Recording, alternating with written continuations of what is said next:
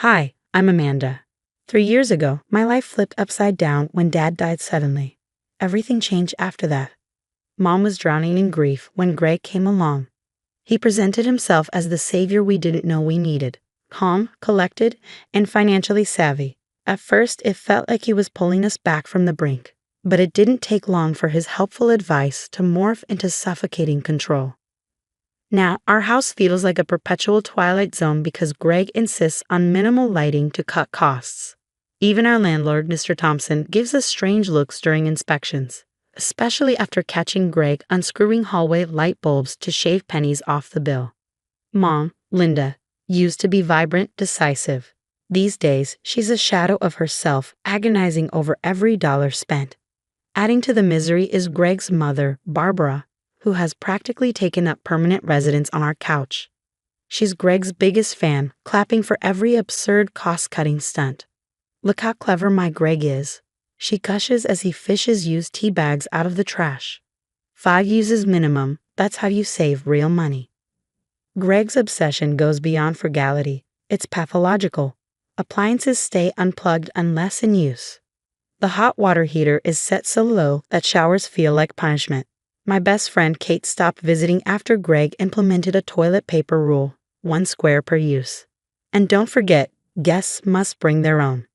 We're not running a charity here, Greg would bark. Every penny saved is a penny earned. Barbara always backed him up. Young people today just don't understand the value of money. Last week, during another icy 3-minute shower, timed of course, a sharp pain stabbed through my lower right side. I thought I could brush it off, but by evening I was doubled over, trembling with fever. Mom, I called weakly from the bathroom. Something's really wrong. I think I need to go to the hospital. Greg appeared in the doorway before Mom could respond, Barbara trailing behind him like a shadow. Hospital, he snapped. Do you have any idea what emergency rooms charge? It's probably just gas. But look at her. Mom protested, her voice wavering. She's white as a sheet. Linda, don't coddle her. Barbara scolded. In my day, we didn't run to the doctor for every little stomachache. Ambulances cost thousands, Greg barked, pacing the hallway.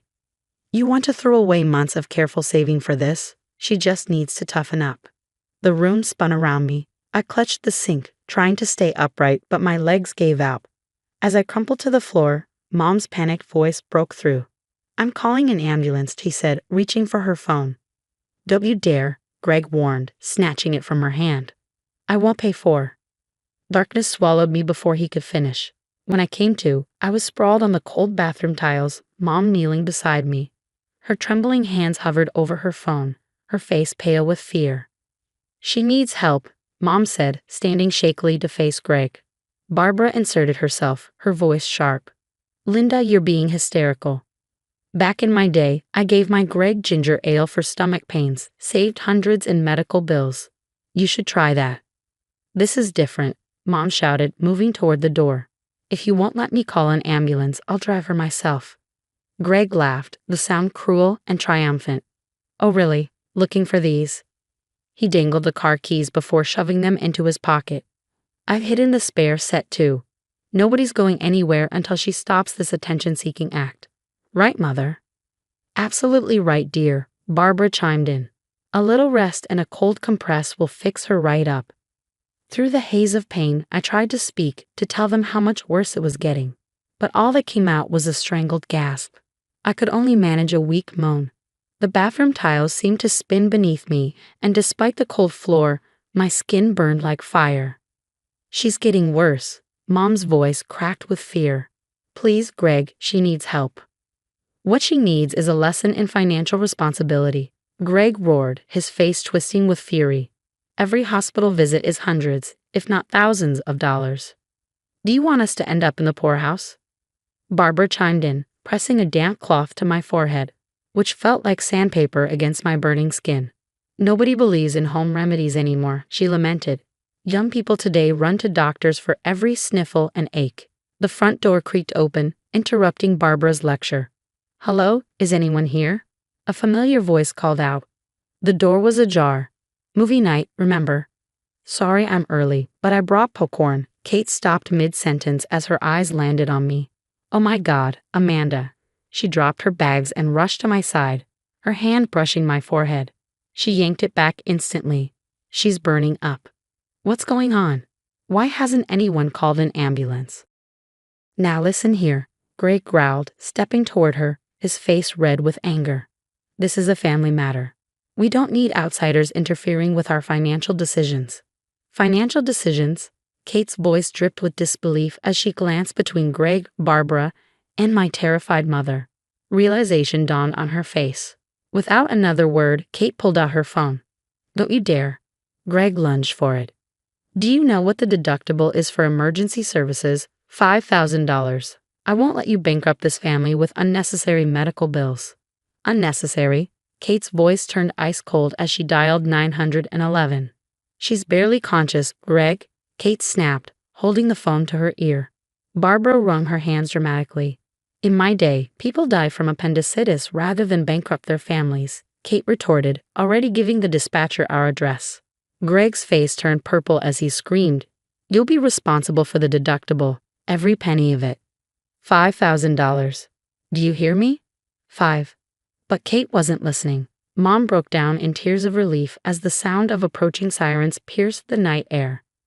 Greg spun around, panic etched on his face. Who called them? Who called them? He pointed an accusing finger at Kate.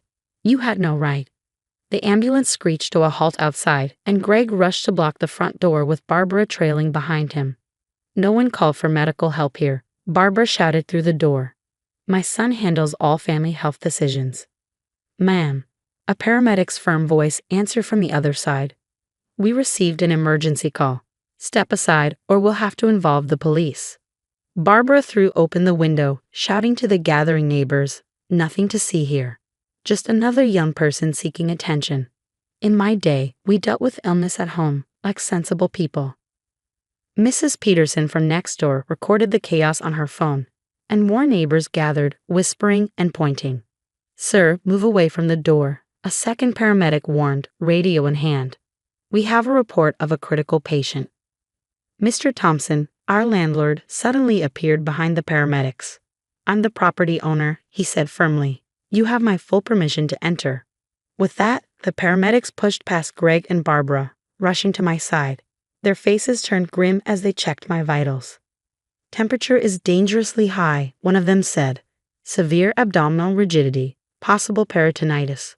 The ride to the hospital was a blur of sirens and voices. Greg and Barbara followed in their car, calling everyone they knew to complain about wasteful medical expenses. In the emergency room, the doctor's face darkened after examining me. She has a burst appendix, she said gravely. The infection is spreading. We need to operate immediately, or she won't survive. Surgery, Greg exploded.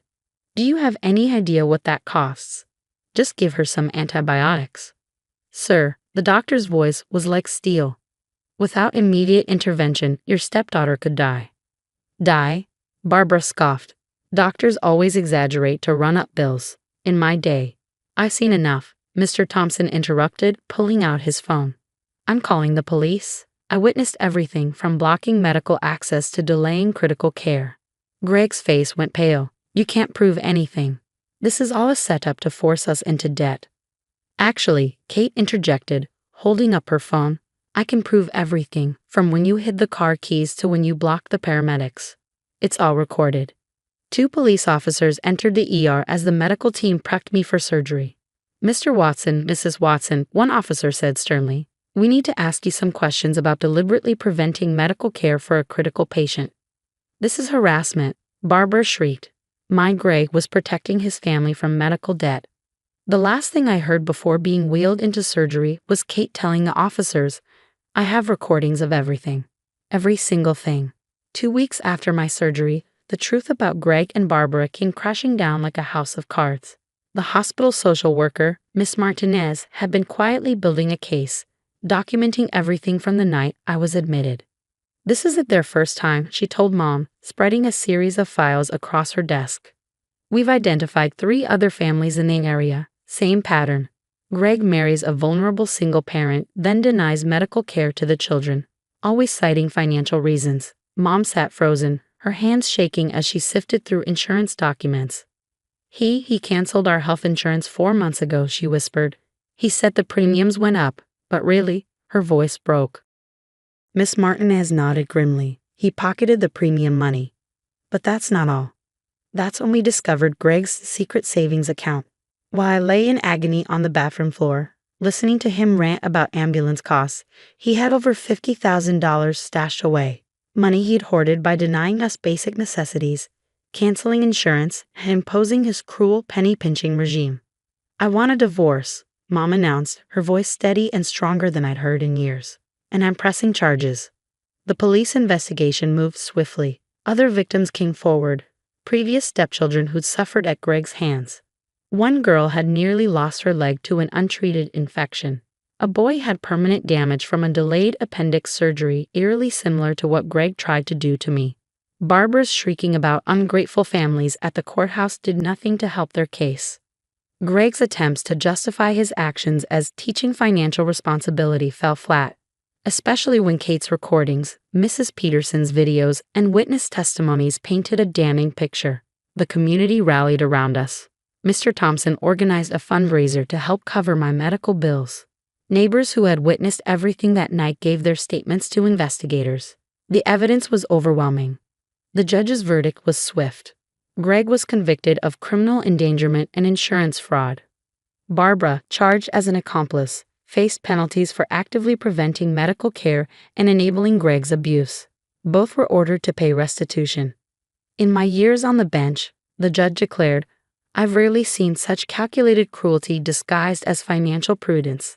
Greg's precious savings were drained to compensate his victims, leaving him and Barbara penniless. Their reputations were shattered. Barbara's endless social media rants about being persecuted only backfired as former victims flooded the comments with their own stories. Today, our home feels light again. Mom's smile has returned, and the house is warm, well-lit, and full of life. Kate visits often, bringing takeout and laughter. Mr. Thompson even hired Mom to manage tenant relations, saying she had a sharp eye for spotting red flags. As for me, I'm healing well. The community has grown closer and more vigilant, ensuring no one else falls prey to people like Greg and Barbara.